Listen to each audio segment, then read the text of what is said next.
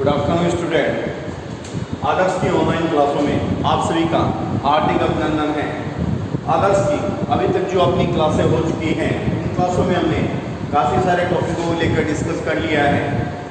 आज हम बात कर रहे हैं जलवायु वर्गीकरण, कोपेन का जलवायु वर्गीकरण।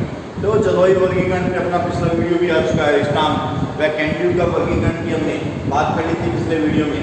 आज जो हम बात कर रहे हैं वो बात कर रहे हैं कोपेन के जलवायु वर्गीकरण की। तो बेटा कोपेन ने अपने अलग अलग अल्फाबेट शब्दों के द्वारा जलवायु का वर्गीकरण दिया है। तो आप लोगों को वो सारी चीज़ें एक माइनर तौर पर ध्यान रखनी है बेटा, कि कोपेन ने दो शब्दों, एक स्मॉल लेटर की बात की है, एक कैपिटल लेटर की बात की है। तो उन दोनों लेटरों को मिलाकर इन्होंने कुछ जलवायु वर्गीकरण दिया है अपनी अनुभविक विधि के आधार पर। तो सारी चीज़ अनुभव के आधार पर होती है और कोपेन अपने अनुभविक विधि के आधार पर इस जलवायु वर्गीकरण को दिया है। बात कर रहे थे हम भारतीय जलवायु वर्गीकरण। पहला अपना बात हुआ था स्टाम्प व कैंड्यू का, और सेकेंड अपना जो बात हो रहा है वो रहा कोपेन का जलवायु वर्गीकरण। तो अपने नोटबुक को साथ में लेकर बैठिए ताकि आपको वो टॉपिक इजीली तरीके से क्लियर होए। जो लाइनें, जो चीज़ें मैं यहाँ पर आपको लिखवाता रहता हूँ वो लाइनें आप लोग लिखते रहिए ताकि आपके साथ साथ नोट्स तैयार होते रहिए और आपको पेपरों में किसी भी प्रकार की प्रॉब्लम न आए। समझ रहे हो चीज़ को? ओके। तो बात कर रहे हैं हम कोपेन के जलवायु वर्गीकरण की। ठीक है। कोपेन ने प्रकृति में अनेक सहसंबंधों का अध्ययन करके, प्रकृति के अनेक सहसंबंधों का अध्ययन करके सन 1900 में विश्व के जलवायु का प्रथम वर्गीकरण प्रस्तुत किया। कब किया? 1900 के अंदर विश्व के जलवायु का वर्गीकरण प्रस्तुत किया। जिसके बाद सन 1918 के अंदर, इसके बाद सन 1918 में कोपेन के द्वारा तथा सन 1928 में, सन 1918 में ध्यान रखना किसने दिया था? कोपेन। सन 1918 में कोपेन के द्वारा तथा सन 1928 में, इसके 10 सालों के बाद में, इसका जो शिष्य था उसके शिष्य रुडोल्फ गेगर, कौन था? रुडोल्फ गेगर, जिसने इसको क्या कर दिया गया? संशोधन कर दिया गया। इसके कोपेन ने जो जलवायु वर्गीकरण दिया उसको क्या कर दिया? इसने संशोधित कर दिया। किसने? रुडोल्फ गेगर ने। फिर 1918 के वर्गीकरण के अंतर्गत जो चरण थे उन चरणों के बारे में हम बात कर रहे हैं। और सन 1918 के अंदर जो कोपेन ने जो वर्गीकरण दिया था उसके अंतर्गत 5 चरण थे। कितने चरण थे? 5 चरण थे। क्लियर? ये चीज नोट कर लीजिए सबसे पहले, बेसिक इंट्रो उस चीज का, कि कोपेन ने प्रकृति के अनेक सहसंबंधों का अध्ययन करके सन 1900 में विश्व की जलवायु का प्रथम वर्गीकरण प्रस्तुत किया। जिसके बाद सन 1918 में कोपेन द्वारा तथा उसके सन 1928 में उसके शिष्य रुडोल्फ गेगर ने इस चीज को क्या कर दिया गया? इस सिद्धांत को संशोधित कर दिया गया। सन 1918 के वर्गीकरण में कुल 5 वर्ग थे। उन 5 वर्गों के बारे में हम बात करेंगे। पहले ये चीज आपके इतना नोट हो जाना चाहिए, देन हम आगे चलते हैं। वो 5 वर्ग कौन से थे? देखो, अंग्रेजी के जो अल्फाबेट शब्द है उन अल्फाबेट शब्द और स्मॉल लेटर के आधार पर इन्होंने अपना वर्गीकरण दिया हुआ, ध्यान रखना। तो वो सारे शब्द आपको आने ज़्यादा जरूरी है। इसने जो 5 वर्गों के अंदर डिवाइड किया वो 5 वर्ग हैं। कैपिटल ए, दूसरा कैपिटल बी, तीसरा कैपिटल सी, चौथा कैपिटल डी और 5वां कैपिटल ई। ये जो ABCD आपको इजी लग रही है, ABCD E, इसके आधार पर भारतीय जलवायु को विभाजित किया। ए का मतलब है उष्ण कटिबंधीय आर्द्र जलवायु। क्या है? उष्ण कटिबंधीय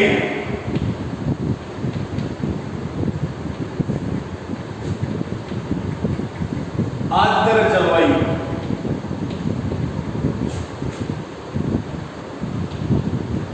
उष्ण कटिबंधीय आर्द्र जलवायु को इसमें क्या बोला है? ए बोला है, कैपिटल ए। दूसरा है बी, शुष्क जलवायु। दूसरा क्या है? बी, क्या बोलते हैं? शुष्क जलवायु बोलते हैं। बी को शुष्क जलवायु, सी को उष्ण शीतोष्ण जलवायु क्या बोलते हैं? उष्ण शीतोष्ण जलवायु, उष्ण शीतोष्ण जलवायु। डी को शीत शीतोष्ण जलवायु, शीत शीतोष्ण जलवायु, शीत शीतोष्ण जलवायु। और ई को बोलते हैं ध्रुवीय जलवायु, ध्रुवीय जलवायु। देखो बेटा, नोट करते रहना, साथ साथ नोट करना है। हमें 5 भागों के अंदर बांटा है, वो 5 भाग कौन से हैं? ये चीज आपको आनी ज्यादा जरूरी है। कौन से? Capital A, capital B, capital C, capital D, capital E. Koppen ने अपने शब्दों का प्रयोग किए हैं कि भाई जहां पर उष्ण कटिबंधीय आर्द्र जलवायु पाई जाती है उसको कोपेन ने क्या कहा है? कैपिटल ए कहा है। क्या कहा है? Capital A. जो उष्ण यानी गर्मी और आर्द्र यानी जहां पर वर्षा होती है, वह एरिया जहां पर गर्मी पड़ती है और साथ में वर्षा होती है, उसको कोपेन ने क्या माना है? ए माना है, कैपिटल ए माना है। दूसरा शुष्क जलवायु, शुष्क जलवायु को कोपेन ने क्या माना है? बी माना है। क्या माना है? बी माना है। उष्ण शीतोष्ण जलवायु, उष्ण शीतोष्ण जलवायु को कोपेन ने क्या माना है? सी माना है, कैपिटल सी। और शीत शीतोष्ण जलवायु को क्या माना है? डी माना है, कैपिटल डी। और ध्रुवीय जलवायु को, ध्रुवीय जलवायु को इसने क्या माना है? ई माना है, कैपिटल ई। नोट कर लीजिए, आगे बात करते हैं। फिर ये तो देखो मैंने जो जलवायु 5 जलवायु प्रदेशों में बांटा है उनकी बात की है। आगे बात करते हैं इसके कुछ मूल शब्दों की। इसमें जो छोटे शब्द भी दिए हैं उन शब्दों की बात करते हैं। ये नोट हो गया होगा? अब आगे बात करते हैं कि कोपेन का जो ये वर्गीकरण है वो किसके आधार पर है? तापमान और वर्षा के आधार पर है। किसके आधार पर है? तापमान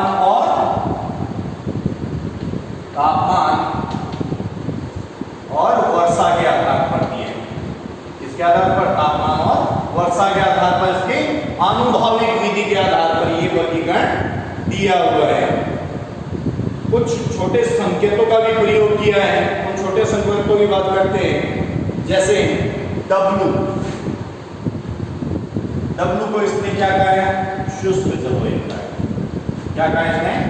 शुष्क जलवायु। तो नोट करते ना बेटा, इन चीजों से आप समझोगे। क्या कहा है इसने? W को शुष्क जलवायु। S को क्या कहा है?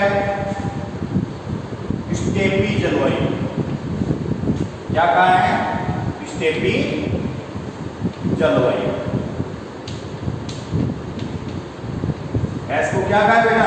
देखो दोनों कैपिटल है, W भी कैपिटल और S भी कैपिटल है। T को कहा है टुंड्रा जलवायु। T को क्या कहा है? टुंड्रा जलवायु। T को क्या कहा है बेटा?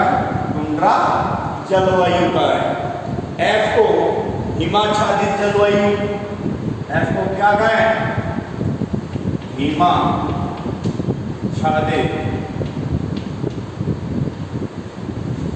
जलवायु। हिमाच्छादित जलवायु को क्या कहा है? F का है। क्लियर? ये सारे कैपिटल चल रहे हैं। H उच्च स्थलीय जलवायु। H को क्या कहा है? उच्च स्थलीय जलवायु। उच्च स्थलीय जलवायु का है। इसको H को कैपिटल H को का है। जहां पर जैसे पर्वतीय होगी वो सारे इसके अंतर्गत ही आ जाते हैं। क्लियर? दोबारा इसे कुछ समझ लेना। कैपिटल डब्ल्यू शुष्क जलवायु, कैपिटल एस स्टेपी जलवायु, कैपिटल टी टुंड्रा जलवायु, कैपिटल एफ निम्नाच्छादित जलवायु और कैपिटल एच उच्च स्तरीय जलवायु। नोट हो गए? आगे बढ़े? ओके, चलो आगे चलते हैं। एस तक नोट हो गए? देन आगे ये चीज समझ लेते हो। और भी शब्द है, काफी सारे शब्द दिए हैं इसमें, आपको इन शब्दों को याद रखोगे तो मैटर क्लियर हो जाएगा। इन शब्दों की पकड़ जरूरी है बेटा। फिर दिए हैं स्मॉल एफ आर्द्र जलवायु। स्मॉल एफ का मतलब आर्द्र जलवायु। स्मॉल एफ का मीन्स क्या है? आर्द्र जलवायु। स्मॉल एम का मानसूनी जलवायु, मानसूनी जलवायु। शासन नोट करना बेटा, मानसूनी जलवायु। स्मॉल एस ग्रीष्म ऋतु शुष्क। स्मॉल एस का मतलब क्या हो गया? ग्रीष्म ऋतु शुष्क। ग्रीष्म ऋतु कैसी? शुष्क। स्मॉल एस का मतलब ग्रीष्म ऋतु शुष्क। स्मॉल डब्ल्यू शीत ऋतु शुष्क, शीत ऋतु शुष्क। स्मॉल डब्ल्यू का मतलब शीत ऋतु शुष्क। स्मॉल एच औसत वार्षिक तापमान 18 डिग्री से ऊपर। औसत तापमान कितना? 18 डिग्री से ऊपर। औसत वार्षिक तापमान 18 डिग्री सेल्सियस से ऊपर। और सी का मतलब होता है उष्णतम माह का 22 डिग्री से नीचे। 22 डिग्री से नीचे। और कीजिए 22 डिग्री से नीचे। उष्णतम माह का तापमान 22 डिग्री से नीचे। स्मॉल जी का मतलब है, स्मॉल जी वर्षा पूर्व, वर्षा पूर्व। देखिए वर्षा पूर्व लंबी अवधि तक उच्च तापमान रहना। लंबी अवधि तक उच्च तापमान, उच्च तापमान रहना। नोट कर लीजिए। स्मॉल एफ आर्द्र जलवायु, जहां वर्ष भर वर्षा होती है। आर्द्र जलवायु जहां पर वर्ष भर वर्षा होती है। लिखना है वर्ष भर वर्षा होती है। वर्ष भर वर्षा होती है। स्मॉल एफ का मतलब आर्द्र जलवायु जहां पर वर्ष भर वर्षा होती है। उसके बाद स्मॉल एम मानसूनी जलवायु, स्मॉल एस ग्रीष्म ऋतु शुष्क, स्मॉल डब्ल्यू शीत ऋतु शुष्क, स्मॉल एच औसत वार्षिक तापमान 18 डिग्री सेल्सियस से ऊपर, स्मॉल सी उष्णतम माह का तापमान 22 डिग्री सेल्सियस से नीचे, और स्मॉल जी वर्षा पूर्व लंबी अवधि तक उच्च तापमान रहना। क्लियर हो गए? नोट। आगे बात करते हैं।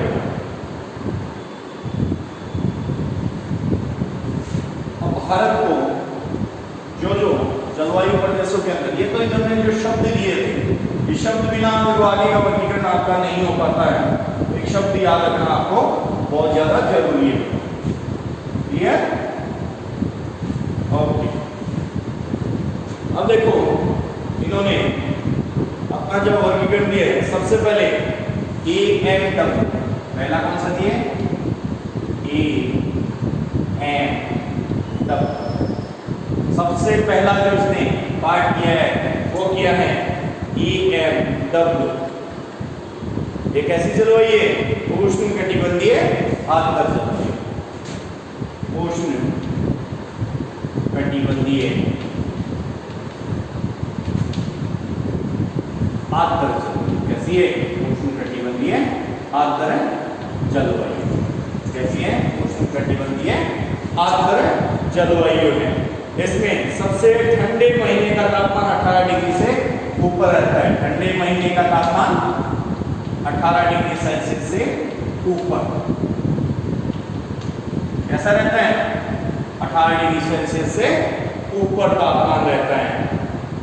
इसमें लघु शुष्क ऋतु पाई जाती है और ऐसे जलवायु में भारत के कोंकण व मालाबार का कौन सा? कोंकण व मालाबार वाला तट आता है। कोंकण और जो मालाबार वाला तट है वो इसके अंतर्गत EMW के अंतर्गत आता है। क्लियर?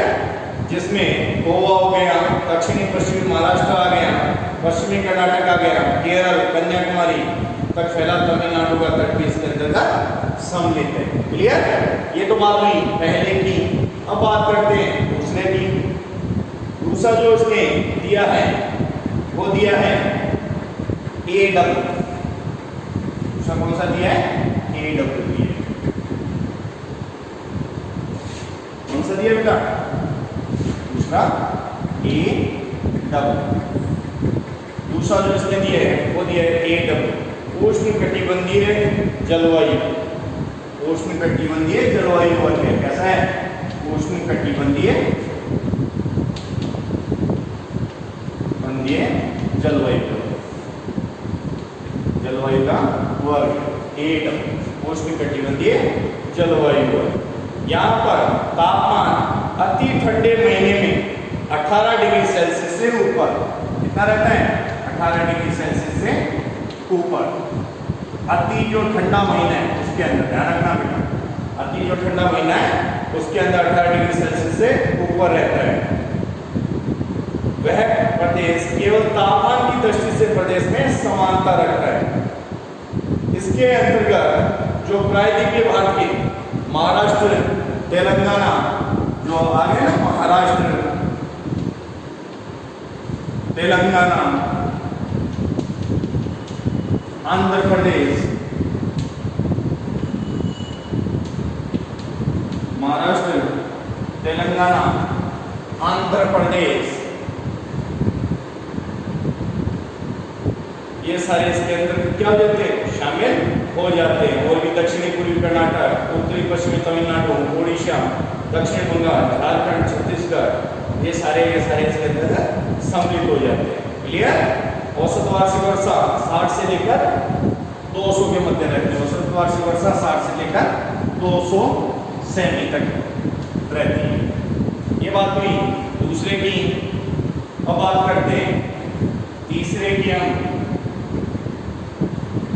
तीसरा जो इसने किया है वो दिया है AS। कौन सा दिया है? AS।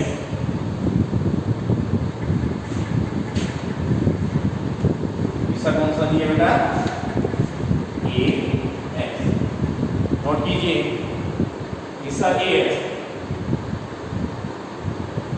उष्णकटिबंधीय जलवायु का ही एक वर्ग है, जहां उष्णकटिबंध का एक भाग है जिसमें शीतकाल के अंदर क्या होती है? शीतकाल में वर्षा होती है। शीतकाल के अंदर क्या होती है? इसमें वर्षा होती है। इसके अंतर्गत कौन सा एरिया और गर्मी क्या रहती है? शुष्क रहती है। इसमें दक्षिणी पूर्वी आंध्र प्रदेश के तटीय भाग तथा पूर्वी तमिलनाडु में मानसून की बंगाल की खाड़ी की शाखा के मार्ग लगभग समानांतर पड़ता है। कौन से आ जाते हैं? दक्षिणी पूर्वी आंध्र प्रदेश,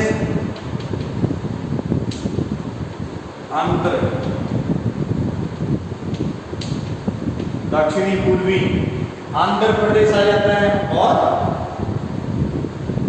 पूर्वी तमिलनाडु आ जाता है। और कौन सा आता है? पूर्वी तमिलनाडु वाला एरिया इसके अंतर्गत शामिल हो जाता है। वर्षा जो रहती है वो 60 से 200 सेमी तक प्राप्त होती है। वर्षा यहाँ पर कितनी रहती है? 60 से 200 सेमी, वही चीज। ये बात रही जो तीसरे की अपनी। चौथा जो है अपना वो है PSHW। कौन सा है? PSHW।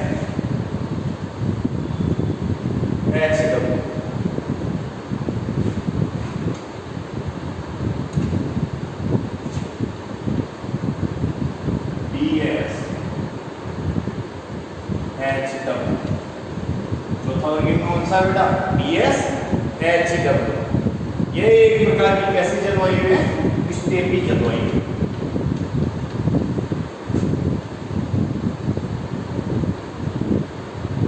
PSHW कैसी जलवायु बेटा? स्टेपी जलवायु है। क्लियर? इसमें क्या होता है? वाष्पोत्सर्जन ज्यादा होता है। क्या होता है? वाष्पोत्सर्जन ज्यादा होता है। ये पर्वतीय तथा मरुस्थलीय दशाओं के मध्य स्थित, इसके अंतर्गत सारे कौन से आ जाते हैं? अर्धशुष्क मैदान आ जाते हैं। अर्धशुष्क मैदान जो भी हैं वो सारे किसके अंतर्गत आ जाते हैं? PSHW के अंतर्गत आ जाते हैं। PSHW के अंतर्गत आ जाते हैं क्योंकि यहाँ पर वाष्पोत्सर्जन क्या रहता है बेटा? ज्यादा रहता है। वाष्पोत्सर्जन की मात्रा क्या रहती है? ज्यादा रहती है। इसका जो विस्तार है वो ज्यादा देखते हैं कहाँ पर? कर्नाटक के अंदर आपको मिल जाता है। कर्नाटक वाला एरिया वहां पर भी इसका विस्तार लगभग आपको मिल जाएगा। नेक्स्ट जो अपनी बात करें PWHW की, इसकी बात कर रहे हैं। PWHW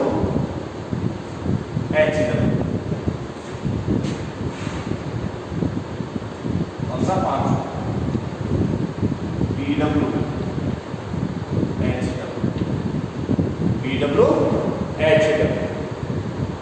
यह है शुष्क उष्ण कटिबंधीय मरुस्थलीय जलवायु। कैसी है? शुष्क उष्ण कटिबंधीय मरुस्थलीय जलवायु। कैसी जलवायु है? शुष्क उष्ण कटिबंधीय मरुस्थलीय उष्ण जलवायु है। PWHW। यहाँ पर जो वार्षिक तापमान है, औसत वार्षिक तापमान कितना रहता है? 18 डिग्री सेल्सियस से ऊपर रहता है। कितना रहता है बेटा? 18 डिग्री सेल्सियस से ऊपर रहता है। ये चीज ध्यान में रखनी है। शीतकाल क्या रहता है? शुष्क। शीतकाल शुष्क रहता है। और वर्षा कब होती है? ग्रीष्म के अंदर होती है। ग्रीष्म में क्या होती है? वर्षा हो जाती है। ग्रीष्म क्या होती है बेटा? वर्षा हो जाती है। क्लियर? जितना जो राजस्थान वाला विस्तार है, जैसलमेर, बाड़मेर, बीकानेर, वो सारे इसके अंतर्गत आ जाते हैं। जैसलमेर, बीकानेर, बाड़मेर, वो सारे के सारे किसमें आ जाते हैं बेटा? PWHW के अंतर्गत आ जाते हैं। क्लियर? ओके। नेक्स्ट हम बात करते हैं 6 नंबर की CWG। इसकी बात कर रहे हैं। CWG की बात कर रहे हैं। छठा है CWG। CWG जो छठा वर्गीकरण है, यह उष्ण शीतोष्ण जलवायु। कैसा है? उष्ण शीतोष्ण जलवायु है।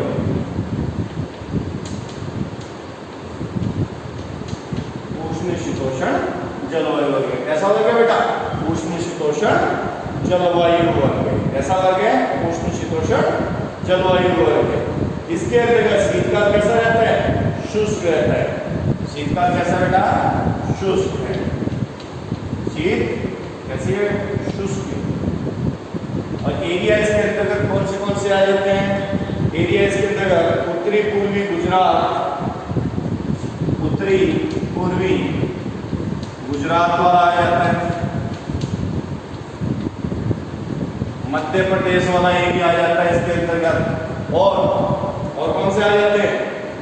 और इसके अंतर्गत उत्तर प्रदेश, पंजाब, हरियाणा, बिहार, उत्तरी बंगाल, असम, नागालैंड व मेघालय, ये सारे इसके अंतर्गत आ जाते हैं। वर्षा 100 से 200 सेमी होती है। वर्षा कितनी होती है? 100 से 200 सेमी वर्षा होती है। और पश्चिमी भागों के अंदर 40 से 100 सेमी वर्षा होती है। पश्चिमी भाग में 40 से 100 सेमी वर्षा होती है। तो साथ साथ नोट करते रहना बेटा। थोड़े से शब्दों पर कमांड होनी चाहिए और कुछ नहीं है। एक ही शब्दों में कमांड है और सारी चीज क्लियर होती रहेगी। नेक्स्ट है DFC। नेक्स्ट कौन सा है? DFC।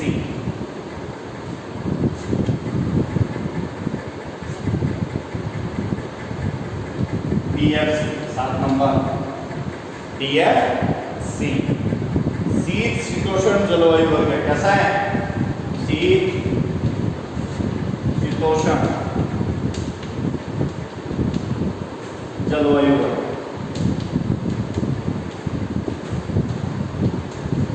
शीत शीतोष्ण जलवायु वर्ग है। कैसा जलवायु वर्ग है? शीत शीतोष्ण जलवायु वर्ग है। इसमें स्थिर आर्द्र ऋतु रहती है और कम से कम 3 सेमी वर्षा होती है। कितनी होती है? 3 सेमी। उष्णतम 22 डिग्री सेल्सियस के नीचे, उष्णतम 22 डिग्री सेल्सियस के नीचे रहता है। उष्णतम यानी गर्म महीना कितना रहता है? 22 डिग्री सेल्सियस के नीचे रहता है। 1 से 3 मंथ तक 10 डिग्री सेल्सियस के ऊपर रहता है।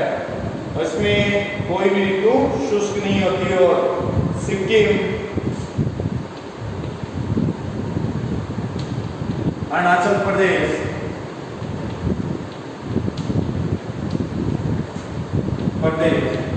और ये इसके अंतर्गत सम्मिलित हो जाता है। इसमें DFC के अंदर इसमें आ गया सिक्किम, अरुणाचल प्रदेश और अगर बात करें तो उत्तरी असम की भी, ये सारे इसमें सम्मिलित हो जाते हैं। DFC जलवायु के अंदर सम्मिलित हो जाते हैं।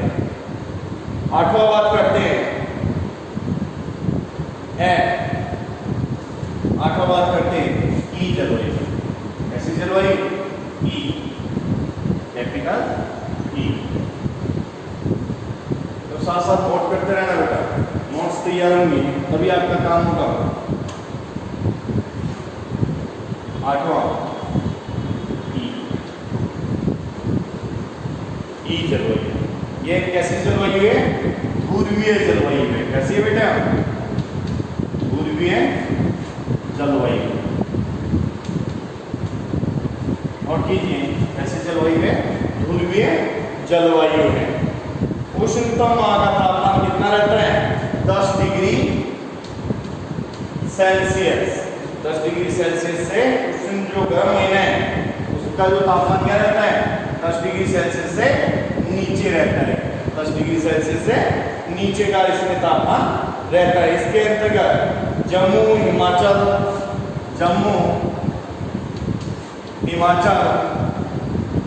और कौन सा आ जाता है? जम्मू आ जाता है, हिमाचल आ जाता है, उत्तराखंड वाला एरिया आ जाता है। वो सारे एरिया किसमें आ जाते हैं? कैपिटल E के अंतर्गत सम्मिलित हो जाते हैं। जहां 20 सेमी से भी कम वर्षा होती है। और शेष भाग के अंतर्गत जो जम्मू कश्मीर और पूर्वी भाग है उसके अंतर्गत जो लद्दाख स्थित है वहाँ 20 सेमी से भी कम वर्षा होती है। और शेष जो भाग है वहाँ 20 से 60 सेमी के मध्य वर्षा होती है। और हिमाचल और उत्तराखंड वाला जो एरिया है वहाँ पर कितनी होती है? 100 से 200 सेमी वर्षा होती है। अलग एरिया के अंदर अलग अलग वर्षा होती है। अब बात करते हैं लास्ट जो अपना है ET। लास्ट जो अपना है उसकी बात करते हैं। कौन सा है? E और T। जो शब्दों पे ही जाना है अपन को, वो पेन ने सारे शब्दों का वर्गीकरण दिया है।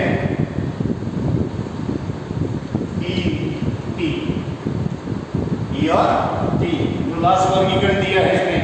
ये भी कैसी जलवायु है? ध्रुवीय जलवायु है। कैसी जलवायु बेटा?